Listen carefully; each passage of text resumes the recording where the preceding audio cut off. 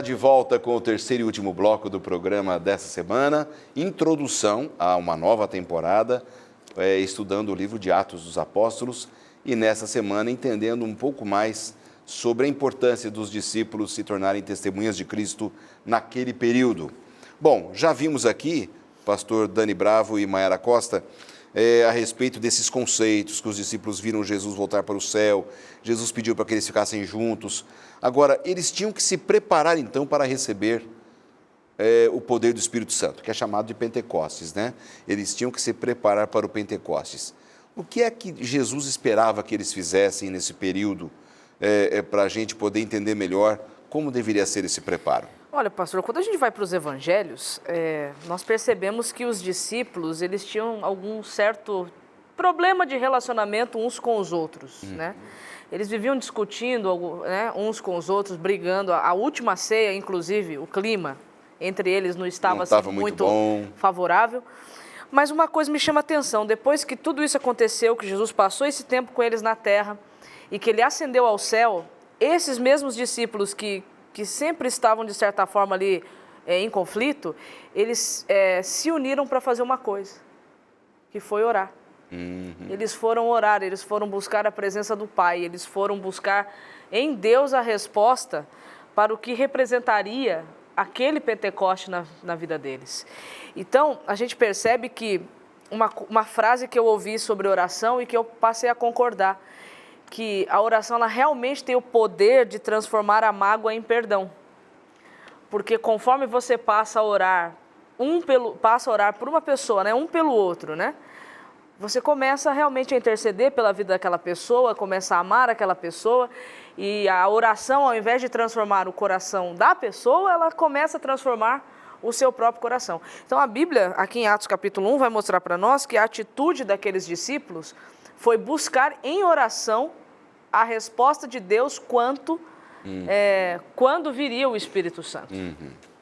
Outra coisa interessante também é a gente pensar que Jesus, veja, dá uma missão mundial para eles, e Jesus não manda eles saírem para estudar teologia, Jesus não manda eles estudarem oratória, ou prepararem outros idiomas para alcançar todos os povos, estudarem culturas, etc. Não.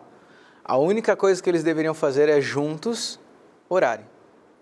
E o Espírito Santo faria todo o resto. É muito profundo isso.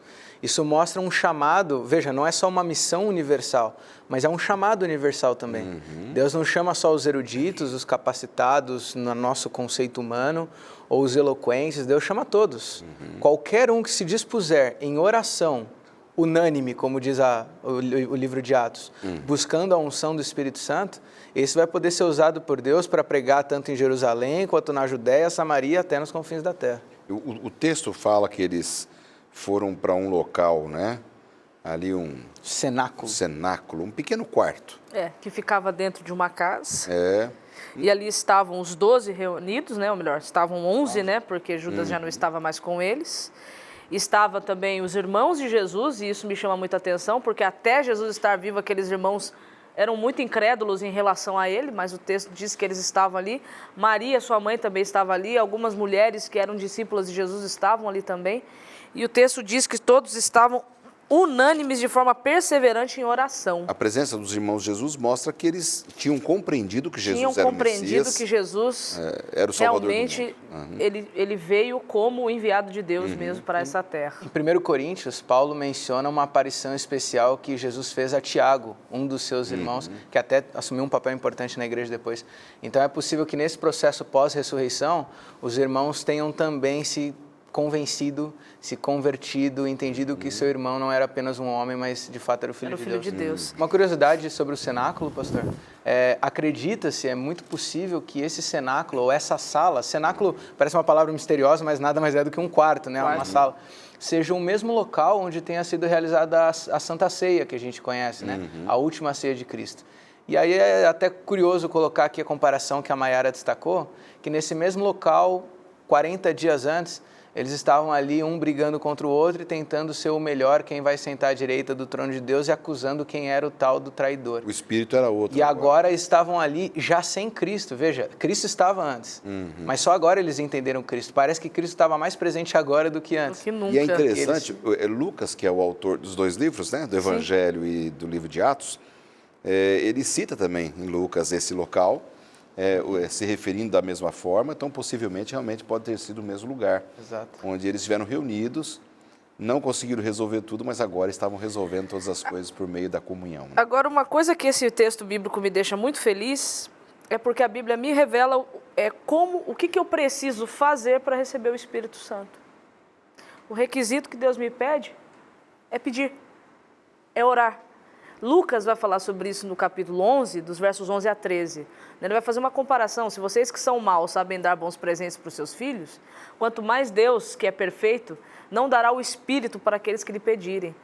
Então, às vezes, a gente fica se perguntando, mas como é que eu faço para receber o Espírito Santo? O que eu preciso fazer para receber o Espírito Santo? Começa por aí, né? Ore, clame, porque Deus está ansioso para que o Espírito Santo também possa atuar, né, na nossa vida. Uma pessoa que não sente o desejo da presença do Espírito Santo na vida dela, o desejo do Espírito Santo no seu trabalho, na sua família, para que o Espírito capacite essa pessoa a ser testemunha de Jesus, se ela não tem esse desejo, complica tudo.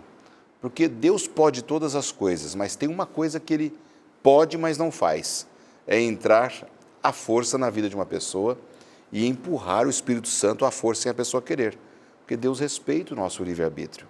Deus pode fazer isso? Pode, porque Ele é poderoso. Mas Ele não o faz porque Ele respeita a nossa decisão. E às vezes a gente está falando aqui para alguém que está acompanhando o programa, que está relutando em entregar a vida a Jesus, né? Quem sabe essa é a sua realidade. Você tem empurrado para amanhã, para depois, para o mês que vem, para o ano que vem, ou quando você tiver condições, ou quando você tiver uma família. O momento é hoje. Hoje é o dia de nós entregarmos a nossa vida a Jesus e clamarmos pela unção do Espírito Santo, né? Amanhã a gente não sabe. A única coisa que a gente tem é o hoje. Eu não sei se eu vou estar vivo amanhã, então eu peço hoje a unção do Espírito Santo.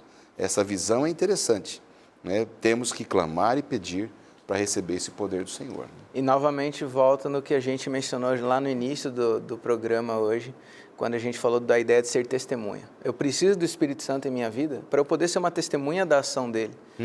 Ter o Espírito Santo quase que é um sinônimo, se me permite assim dizer, de eu poder andar com Cristo tal qual os discípulos andaram, né? Ele que me leva até Cristo, é o Espírito Santo. Então, receber essa unção dele, essa presença dele na minha vida, é eu poder viver com Cristo para então poder testemunhar, ou seja, compartilhar daquilo que eu estou vivendo com as pessoas do meu lado.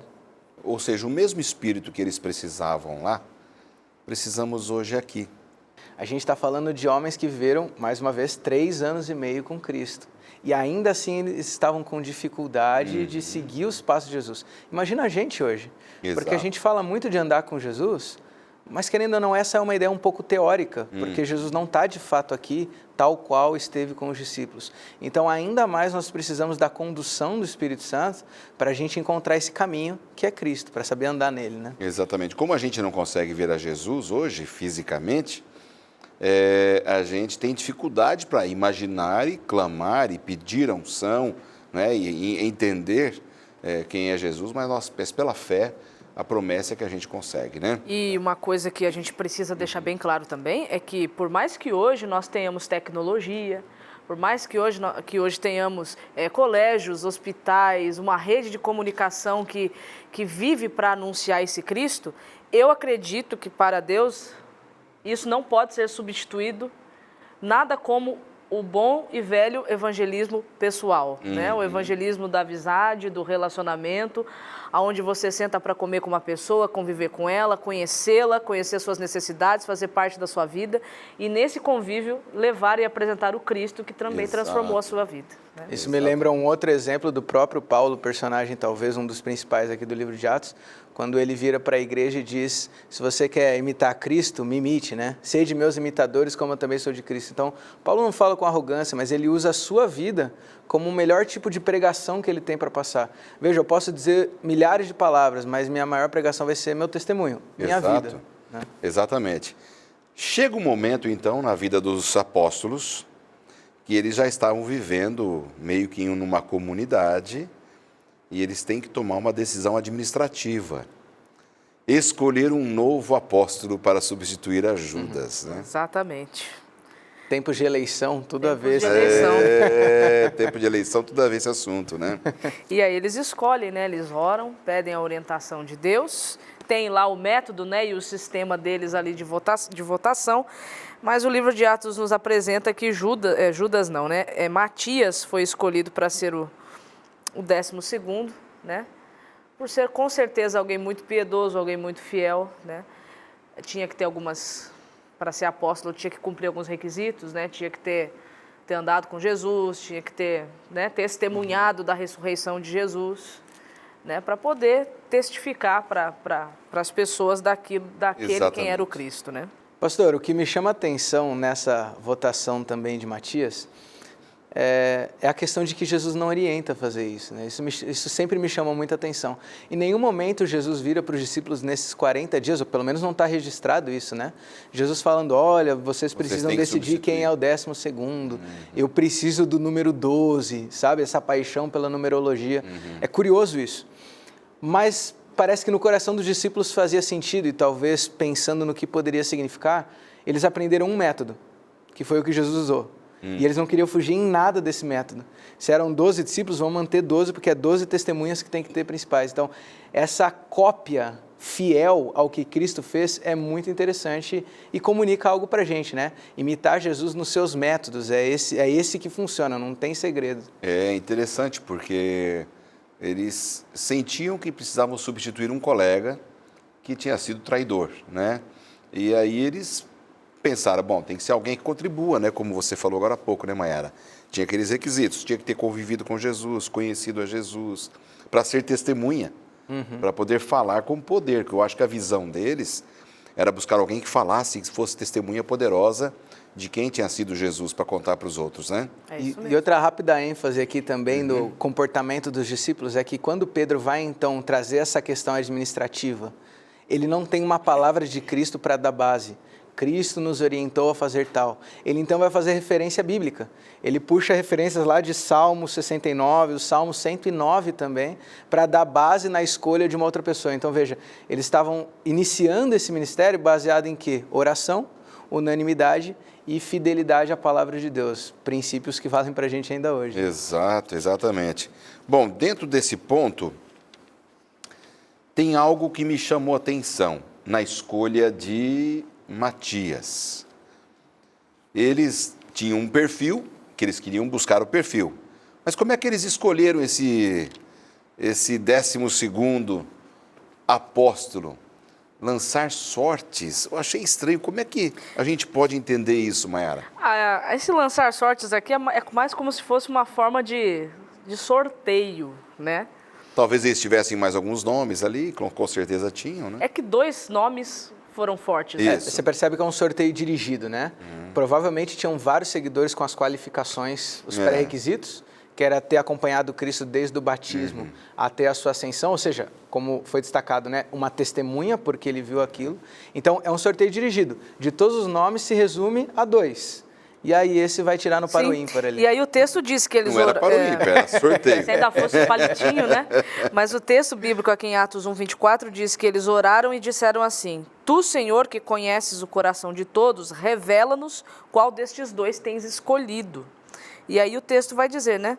É para preencher a vaga neste ministério e apostolado do qual Judas se transviou, indo para o seu próprio lugar. E lançaram em sortes, vindo a sorte recair sobre Matias. Ou seja, mesmo lançando sortes, eles pediram a orientação de Deus, crendo que o nome que saísse, esse nome teria sido escolhido por Deus para poder substituir, né, Judas ali no ministério, no apostolado. Exatamente. Pastor, tirando uma lição aqui que me faz pensar, uma coisa que pessoalmente me comunica por algumas vezes passar por essa situação, às vezes a gente tem muita dificuldade em entender a direção divina, né? Quantos que estão acompanhando o programa com a gente já passaram pela situação de orar, pedindo uma condução divina, uma resposta, e às vezes não vem essa resposta. E é interessante a gente se perguntar do como a gente espera que a resposta venha. Porque às vezes a gente ora a Deus pedindo, Senhor, devo fazer X ou Y? E a gente espera uma nuvem aparecer no formato de X ou uma voz do além falar Y. Começa a fazer testes com Exato. Deus, né? E às vezes Deus pode usar métodos mais simples. Deus comunica nas coisas pequenas. Deus conduz conforme a gente vai andando, né? Então você vê que os discípulos eles foram usando pré-requisitos que tecnicamente vêm do conhecimento que eles já tinham da instrução divina. Pô, já faz sentido que esse homem tenha acompanhado Cristo para ser uma testemunha, que é o que ele pediu para a gente. Finalmente, quando se reduz a 2 homens que são completamente capazes, vamos entregar na mão de Deus. Qual é o método que a gente conhece? Bom, o que eles tinham ali era tirar numa pedrinha para ver qual nome saía. Já que ambos tinham características semelhantes, né? Exato. Vamos tirar E o que escolheu de fato, então, não foi a sorte em si no conceito que a gente tem hoje, mas foi justamente essa oração, já acreditando na condução do Espírito, aqui, que ia dar o nome eu certo. acho que aqui cabe, já estamos aí, falta só 1 minuto e meio para a gente acabar o programa, mas vale um conselho para os nossos telespectadores, né, Mayara? Se você pudesse dar para cada um de nós aqui o perigo de ficar pedindo provas para Deus. Eu quero isso, quero aquilo, quero fazer um sorteio, a nuvem em X, a nuvem em Y. Né? Às vezes a resposta está de uma forma tão mais simples, o Espírito Santo nos impressiona. Sim, exatamente. Né? E nós temos a palavra de Deus, palavra revelada de Deus. Então, tudo que nós precisamos saber em relação às decisões que nós temos que tomar, Deus já deixou revelado na sua palavra. E eu sei que tudo que é da vontade de Deus nos traz paz. É verdade. Bom, diante disso, a gente termina aqui o estudo dessa semana. Foi um estudo introdutório ao livro de Atos dos Apóstolos. Quero te agradecer, Mayara, por ter vindo na abertura dessa temporada. Na semana que vem a Mayara estará de volta e será um prazer recebê-la. Pastor Dani Bravo também, foi um prazer recebê-lo aqui no Lições da Bíblia. Obrigado pelas suas palavras. Semana que vem também estará junto com a gente aqui no programa Lições da Bíblia. Esperamos os reencontrar aqui mais uma vez, porque essa temporada está começando e ela promete. Estudar os Atos dos Apóstolos, com certeza vai ser um estudo que nos aproximará do poder de Deus para exercermos a vontade dele hoje, para vermos Jesus voltando. Deus te abençoe e até a semana que vem, se Deus quiser.